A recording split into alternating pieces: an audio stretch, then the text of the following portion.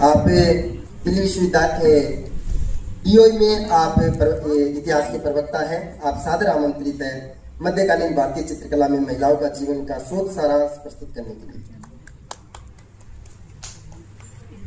धन्यवाद सर। मैं रविंद्र मीना, कोटा विश्वविद्यालय कोटा। मंच पर आसीन सभी सम्मानित जन एवं मेरे सामने उपस्थित अन्य सभी सम्मानित जन, आप सभी को मेरा नमस्कार, आदाब, सत श्री अकाल। मैं आपका विशेष रूप से आभारी हूं कि आप मुझे बोलने का मौका दे रहे हैं। मैंने डॉक्टर संजय जी को मेरा शोध पत्र भेजा था, लेकिन उसके बाद कुछ मुश्किलें आ गई थी तो मेरा कश्मीर आना कैंसिल हो गया था।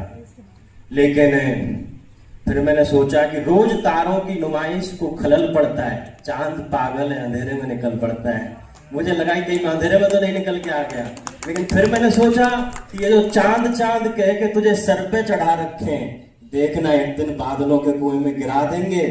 तू अपने अंदर झांकने की कोशिश कर, यही ख्याल तुझे एक अच्छा शोधार्थी बना देंगे।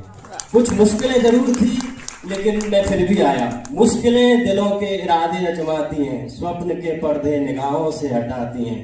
हौसला मत हार, गिर कर ओ मुसाफिर, ठोकरें इंसान को चलना सिखाती हैं। तो इसी के साथ मेरा शोध शीर्षक है भारतीय चित्रकला में महिलाओं का जीवन तथा स्थिति 17वीं-18वीं शताब्दी के विशेष संदर्भ में।